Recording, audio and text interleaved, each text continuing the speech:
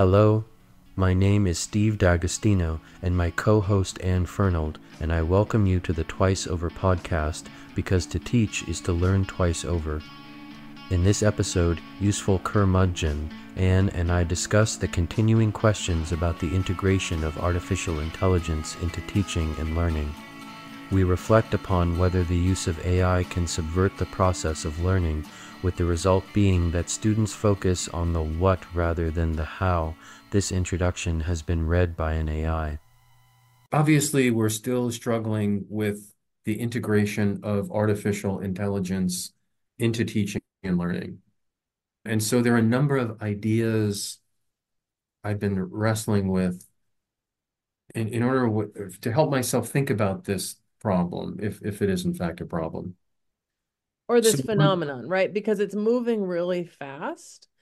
And yet I think that you're, when we were talking about this before we started recording, I think that you're right to put the headline on it of it's still seen as a problem and still the main thing people are talking about is cheating.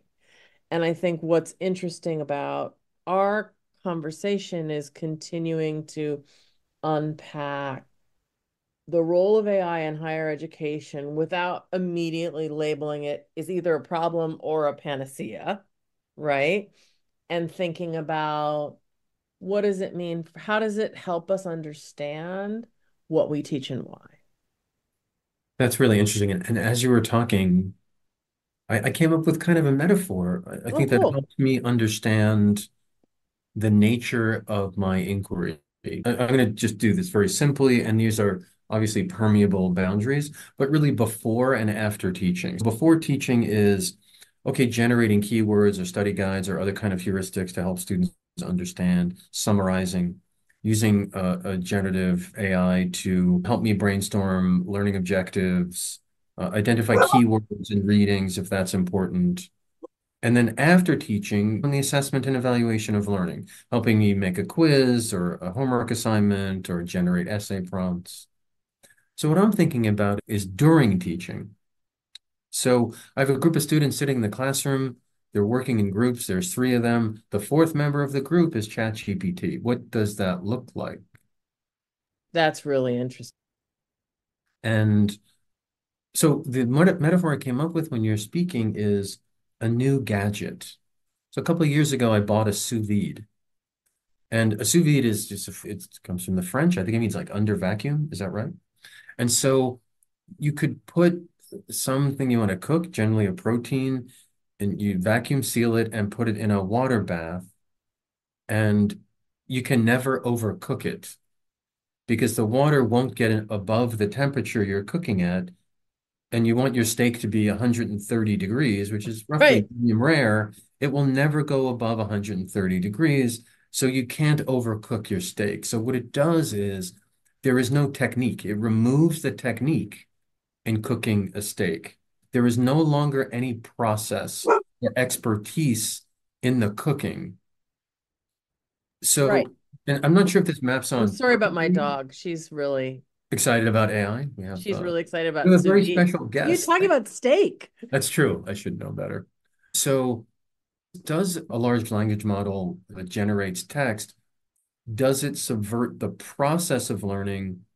Because there is no process, right? It just spits out the what. And as professors and teachers, we're interested in the how. And we're interested in making mistakes, right? Yeah. So the sous vide creates these guardrails that make mistakes impossible, right? It's like when you take, remember when you took your, I don't know if you ever did this, but you take little children bowling and they put those baffles in the gutter so that the bowling ball will always hit the pins. It will never, you'll never have a gutter ball. We actually need to make mistakes as learners. And one of the things that AI may interrupt is the learning of what a mistake feels like. Yeah, that's exactly right. I remember when sous vide home devices, because sous vide used to be incredibly difficult to set up, but these devices now can just hold water at a constant temperature for as long as you want. And they became very popular, yeah, 5, 6 years ago. I think I bought it. And I was at a party talking with another guest, and he had done a lot of the cooking for the party. And I said, "Oh, I use sous vide now." And he was totally dismissive of it. He thought it was, in our language as educators, cheating. Right. So I said, "Yeah, but I could poach 2 dozen eggs at the same time perfectly, Yeah. right?" And so he didn't use the word industrial, but I felt that there was some tension there between the industrial and the artisanal in the Yes, domain of cooking. So if we totally. think of it in our context, we're looking at really conformity versus a kind of agency or creativity among the learners. And I think this also has to do with, for example, Blackboard. I was getting my class ready for this semester and uploaded a reading. And hey, you want a quiz on this reading? It just Yeah. prompted me this, right? I'm like, yeah, okay. So it made a quiz, and it was a good little quiz. So I'm thinking maybe I'll just give them a quiz on this reading. Right. But did you have quizzes in your syllabus beforehand? So part of what that prompt does is it makes you think quizzes are good things before you've asked yourself, what are my learning objectives? And are quizzes a part of those learning objectives, right? So that, I mean, we've talked about this a lot with all kinds of technologies, right? It's probably the best example is that very old now Edward Tufte lecture against PowerPoint, right? And he would rail against PowerPoint because of the ways that PowerPoint kind of jams your thinking into material that can fit on a slide. And he was a really useful curmudgeon, I think, in being early to ask us, is the software solving the problem that we want it to solve, or is it solving something that's ancillary, adjacent, maybe irrelevant to the objectives that we have? And we get distracted because if it's 3 bullet points, that's what fits best in our presentation, rather than actually, there are 5 things I want them to remember. You and I, we present, right, often. And once you get accepted and the bureaucratic mechanism of the presentation sets in, we get this email, hey, use this PowerPoint template, or can you add this slide to your slides? And I'm like, oh, okay. So the assumption is I have slides. Who would give a talk without slides? And so am I in my instructional choices, in my domain, my design choices, how am I making those choices? We've talked before about fighting against the built environment, right? My chair desks are screwed to the floor and I want the students to work in groups. I have Right. to either conform to the built environment, someone's vision of what a classroom should look like, or I could struggle against it and try the best I can to create the kind of engagement and interactivity despite the built environment. I think virtual environments and the integration of tools may have similar effects. Not being a fan of quizzes because they're difficult to make and they take a lot of time, and really what value are they giving me or the learners compared to the labor it takes to create them? Maybe there are other ways to quickly assess where they're at formatively.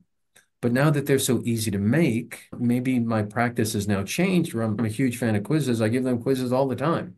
One of the things I'm thinking about is I know you and I have talked about the way that you use quizzes, especially when you're working with students who are less comfortable in the college classroom, as a quick, low stakes way of saying you're on the right track with the reading, you grasp the main concepts. And now that AI can generate quizzes for us and we can presumably revise and refine what AI has generated, but it makes it a matter of a 10-minute project instead of an hour-long project.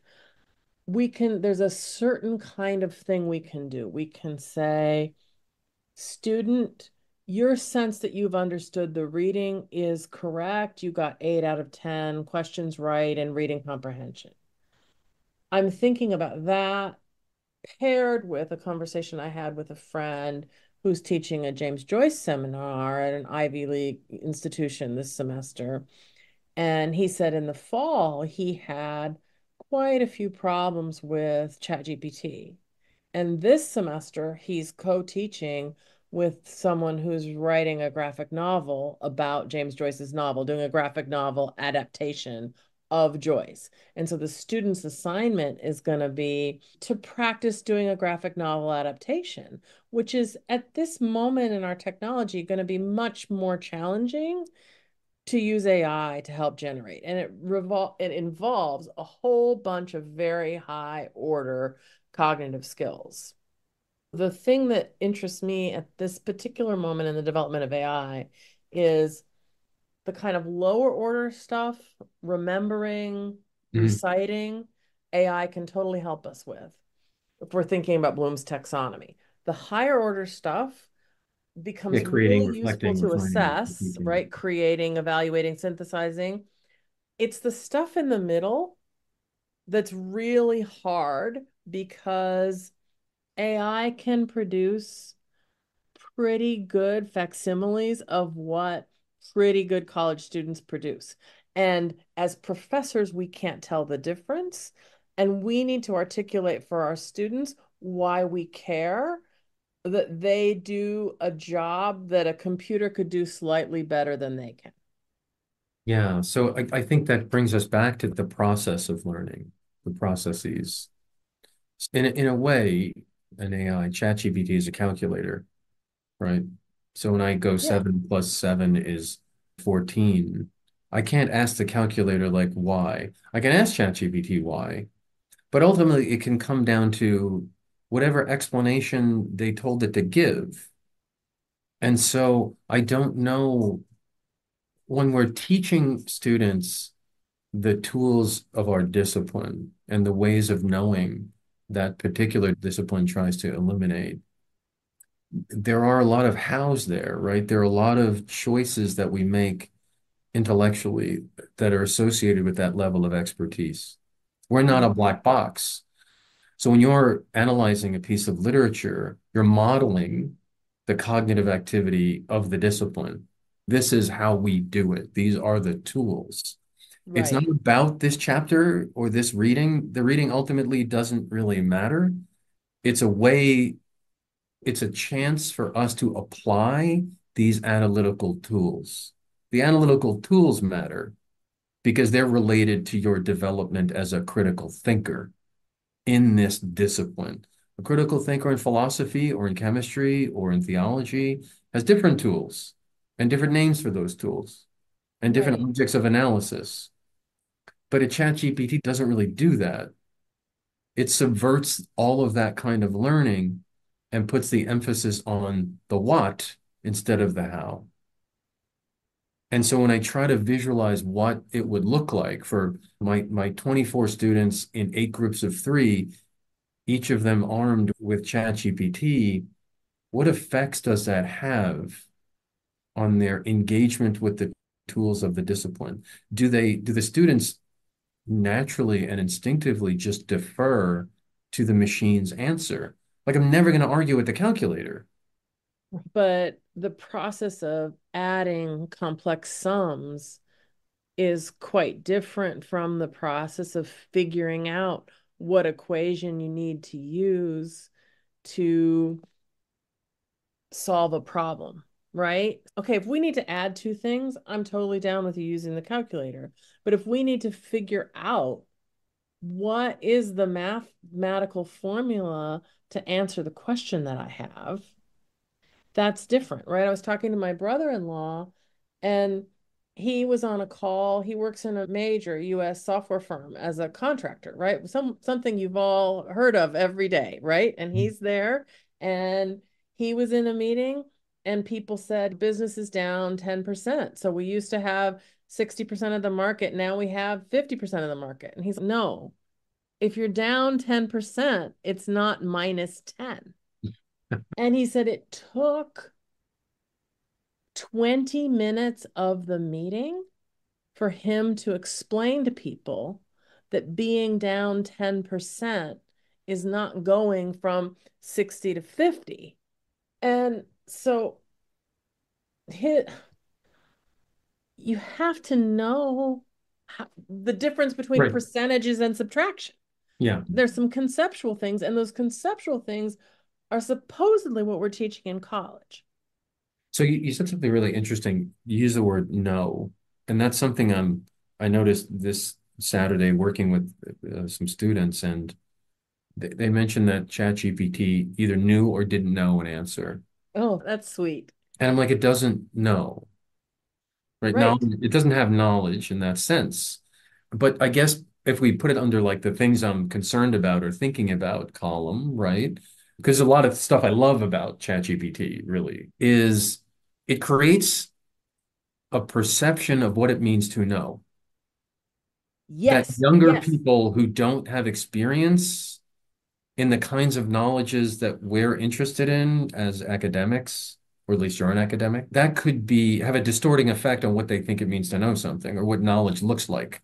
When I go to my local library, I live across the street from the library in my suburb, and they don't have a book. I don't say the library doesn't know anything about Alvin Ailey.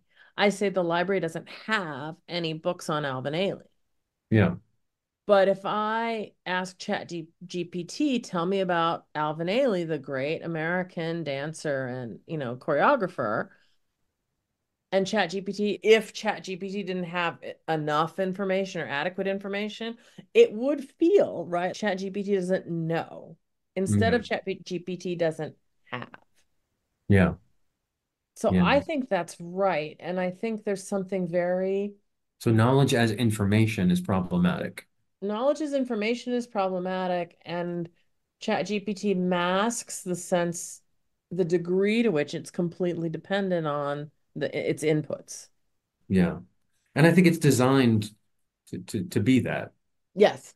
It's given a vaguely human interface, like a style, right? So it talks to us.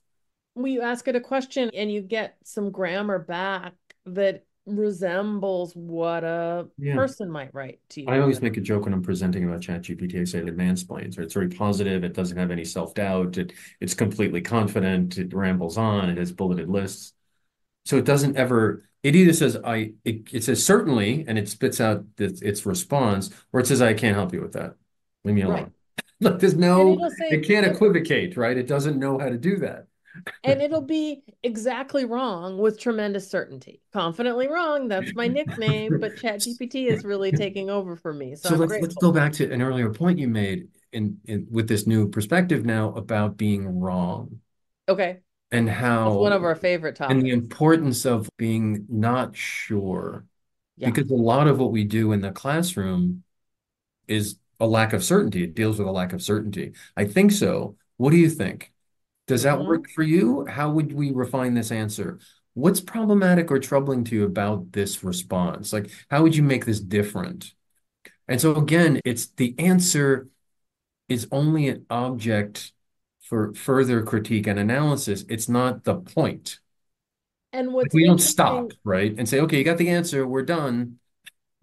And what's interesting is not the facts, but the interpretation, Mm. right? And I was talking with someone recently about those annoying arguments that you get where there just is an answer. Who won Super Bowl 17? And people are fighting about it. Yeah, And there's nothing to fight about. Look it right. up, figure it out. But why did they win? What strategies did they use? What can we learn from that victory? Those are things that we can argue about and talk about and have interesting conversations about. And that's where we want our students to dwell. And one of the things I think that I really focus on in my teaching is precisely that discernment between the things that are stable, look upable, facts, true, and things that can be subject to various interpretations, right? I think that's a really important word, discernment, instead of, because I think that focuses again on your own internal faculties that you bring to bear on a question rather than an arithmetic approach that yeah, it's four, the answer is four. Right. Let's move on now. Now, this is not to say that there aren't, as you were suggesting earlier in the quiz portion of our conversation, but you need some stability, some generalized agreement around certain concepts, words, practices, competencies, right? And so they have to learn that they have to have disciplinary literacy. They have to know what these tools are to be able to use them. So certainly knowing is really important, remembering, and then we get to applying. And Yes. then if we apply enough, we can critique the tool, right? Yes, theory doesn't really work.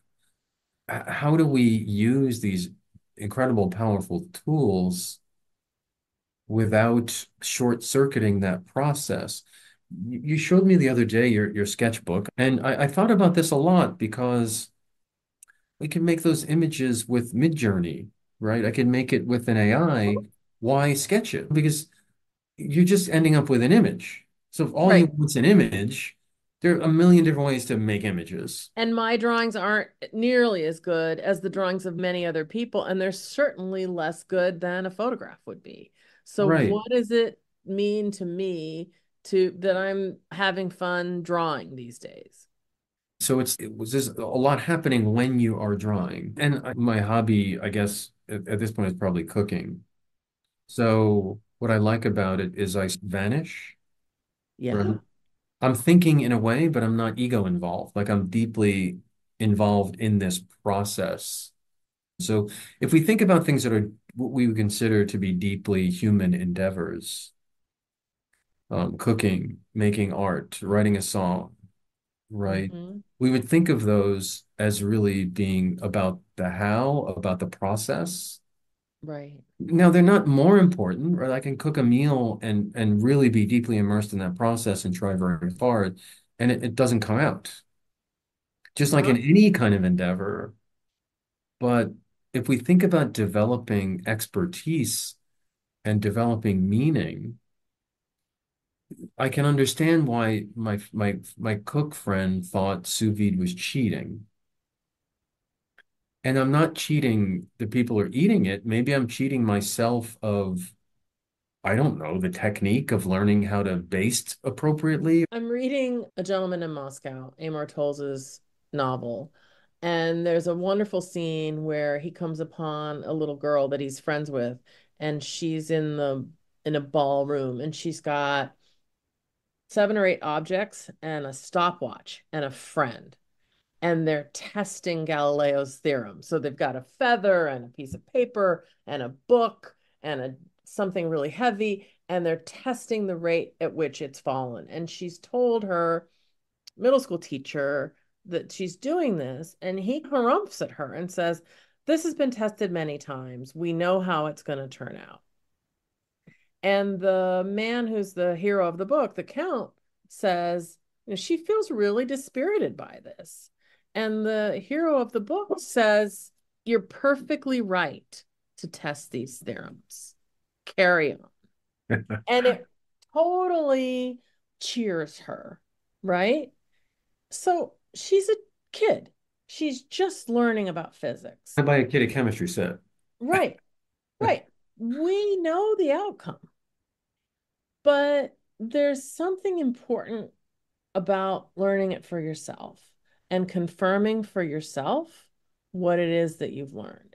And there's something really important about that. The same way that you taught me early in the pandemic to make a French omelet, right? To make a real French omelet. I still have to look it back up when I try because I still make my kind of gross, rubbery, not as good as a French omelets when I make an omelet. But And now yet you I speak know. French. I know. But knowing it for myself is really changes my relationship to omelets. This way it changes this character's relationship to gravity. The way that, you know, the kids and I went to the ballet yesterday, and my relationship to watching dance is really different because I do a lot of yoga and Yeah. I see how they move and You can I'm see their like, muscles shaking if you're close enough, which is yes, invisible when it's in video, or you're not seeing that. right. Yeah, yeah. There was a moment when the 3 men did a bunch of jetés and they were standing in the middle of the stage, and 3 women came rushing onto them. And while the women were approaching the men, I could see the men's stomachs breathing. They were panting and they were completely still, but you could see their abdomens going in and out because they had just exerted themselves so hard. And because now I have a little more control of my clumsy middle-aged body than I used to, I see them do these things and I'm like, that's a remarkable thing to be able to do. That's incredible. That is the product of a ton of We have practice. robots in that can do that easily. Yeah, I know. That's right. So Yeah, why should I even do yoga if I think I know you're being, flip, but I think a lot of students ask that question, like, why do I need to know this? How is this meaningful to me? And it can't always be when you're in high school or when you're in middle school or when you're in college or when you want to get a job. There's got to be some kind of something more intrinsic. It's interesting that there's a video of an astronaut dropping a hammer and a feather on the moon. You've probably right. seen it, right? It's an eagle feather because of the name of the probe and all this. And so there is still this wonder that we hope to inspire in our students, those aha moments. And again, I don't know how to retain. This reminds me of I was giving a talk, and it's probably 15 years ago now. And it's before the talk's happening. I'm sitting at a table with some faculty and drinking coffee, waiting for the start of the next session. And he mentioned how he always asks this question at the beginning of the semester. And it's not a question the student should be able to answer, but it serves as like a central important question and a provocation. And he wanted to have this whole discussion about how to answer it, what it means, why it's important. And so when he asked it, a student just looked it up on their laptop and spat out the answer. And so it rendered his entire plan moot Wow. because, and his qualm was with, I think at that point, Wikipedia, right? And I think this isn't a new problem. We're always trying to inspire learners to help them make a connection between their own current state and this future state we're trying to inspire them to reach. Why is this meaningful to you? And I think part of what's so puzzling is that for those of us who love to learn, learning itself is really fun. And I get tremendous pleasure. It doesn't matter to me what I'm learning, whether I'm learning about how my brother-in-law builds an ice rink in his backyard, or how to make a French omelet, or what Jesse Fawcett did as literary editor of The Crisis during the Harlem Renaissance. I am excited. If I'm learning something new, it's exciting to me. And so I'm pretty resistant or pretty immunized against shortcuts because I get such a big dopamine hit from Yeah. learning stuff.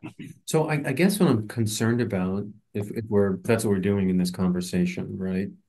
Ruminating over some concerns or questions about AI, is the confusing of learning and awareness, right? I'm just aware Mm-hmm. now. And I thought I've learned it, but I just know of it. It's like on my resume, it used to say knowledge of Spanish, right?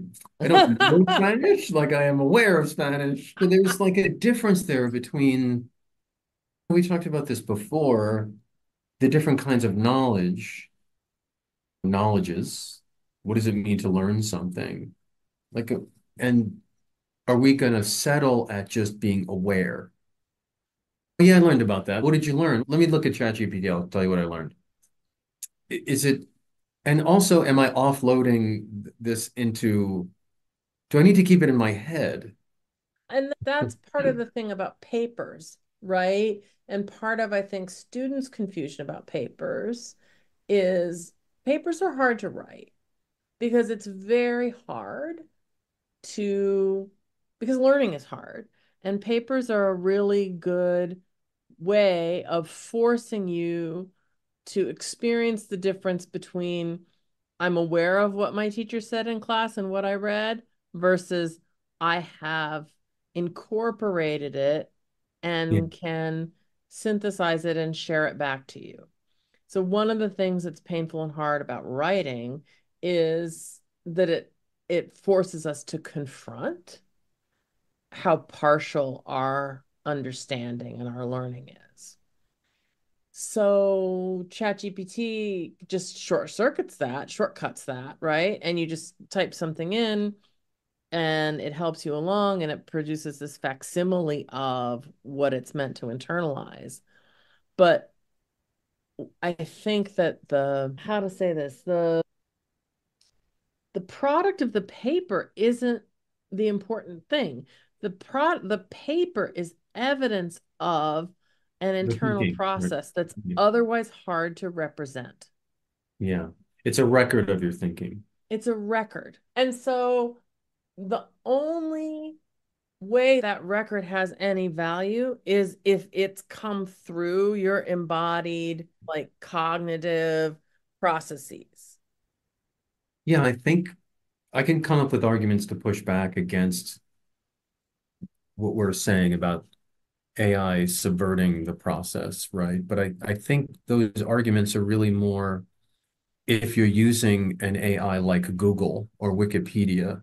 Mm-hmm. If you really push it to its capacities, you can get it to write a paper Yeah. with footnotes and quotes and take you a little bit of time. And I dare say you'll learn something if you're really trying to get, because if I wanted to have it write a paper about something you're an expert in, you would be much better positioned to get it to write a paper about Virginia Woolf than I would, because you would be able to push back against it more effectively and help it refine the answers that it's giving. But then now we're talking about sort of positionality in relation to the questioner and the answerer, right? So if I don't know anything about Virginia Woolf, I can't get it to write a response as good as your response. So I'm not going to be able to maximize its own or my own capabilities if I'm unwilling to do the work of knowing more or learning more about Virginia Woolf. Does that make sense? Yeah. I'm going to reach it's regression to the mean. Yes. So you've got this. Yeah, I don't know what more to say about that than that it's regression to the mean. I think that's right. We had this conversation now, it's probably 8 months ago, right? Yeah. More. And I think that there is more integration and acceptance. Certainly, the statistics would indicate that many students and teachers are using these tools. Yeah. And the effects on learning, however that might be assessed or whatever that means, have yet to be identified. I think And that's right. And I think that I do think there are some things that it's quite good at, like creating these quizzes. My kid, who's a senior in high school, uses it to make quizzes that then they can take and share with their study group. And that seems like actually potentially valuable. Would it be more valuable to spend time making the quiz yourself? It's maybe not in all cases. yeah, Maybe I'm in not some going to poach cases. eggs because like poach eggs are really hard. But now I have a sous vide. My sons come over they sleep over and they love eggs Benedict. I'm like, yeah, I can make eggs because it's easy. I can just poach a dozen eggs. So if it's easier, I can do it. The question is, what kinds of tasks do we want to be easy to lead us to something that we may not otherwise have done? So maybe your daughter is studying more because ChatGPT makes it easier. And And that's hard to maybe, know, really. That's hard to yeah, know. that's right. I think that's right. And I think it really is such a case by case basis. It's the same as I think your description of it as a gadget at the beginning of this conversation is absolutely apt, right? There's a moment when it's really important for children to have a sense of numbers. Yeah. And we don't want them to use calculators because we want them to have that plastic sense and feel sense of eight is a lot more than four. In fact, eight is two times four. And we can No, 8 is 2 times 4. Just confirming. just double checking. Yeah. And then there's a moment when that becomes less important. And there's a moment when it's okay to use a calculator. Not that you don't have that sense of numbers, but because you've mastered it, if you want to do the next thing, you can quickly do the calculation in order to get to the other Yeah, thing. yeah, there's gateway competencies. And so it's a receding shoreline. Some of what Yes. we might say, this is at the lower end of Bloom's taxonomy, but it doesn't really work that way because 2 plus 2 is 4. You can approach that at any level on Bloom's taxonomy, right? It just depends on what it is you want to understand about the learner or what tasks you set up for them. So it's not about the rudimentary nature of the knowledge, because anything that's unknown to someone, it's not rudimentary, right? It's we may think it is, but to them it could be revelatory. So I think we do have to safeguard the process of learning and dwell in those states of not knowing and uncertainty, where we're spitballing ideas and struggling towards some greater understanding. Because if we lose that, then I don't know what we get to replace it, really. That's right. So I think that's good. Is that a good place to end? Yeah, I think that's a great place to end. I think this is an ending that's not an ending, right? Because this AI is with us and it's unfolding and evolving. And so, an ending for now. So is this the ending now? We ended, is Yeah. it now? No, it's now. Now. All This right. is the interim ending.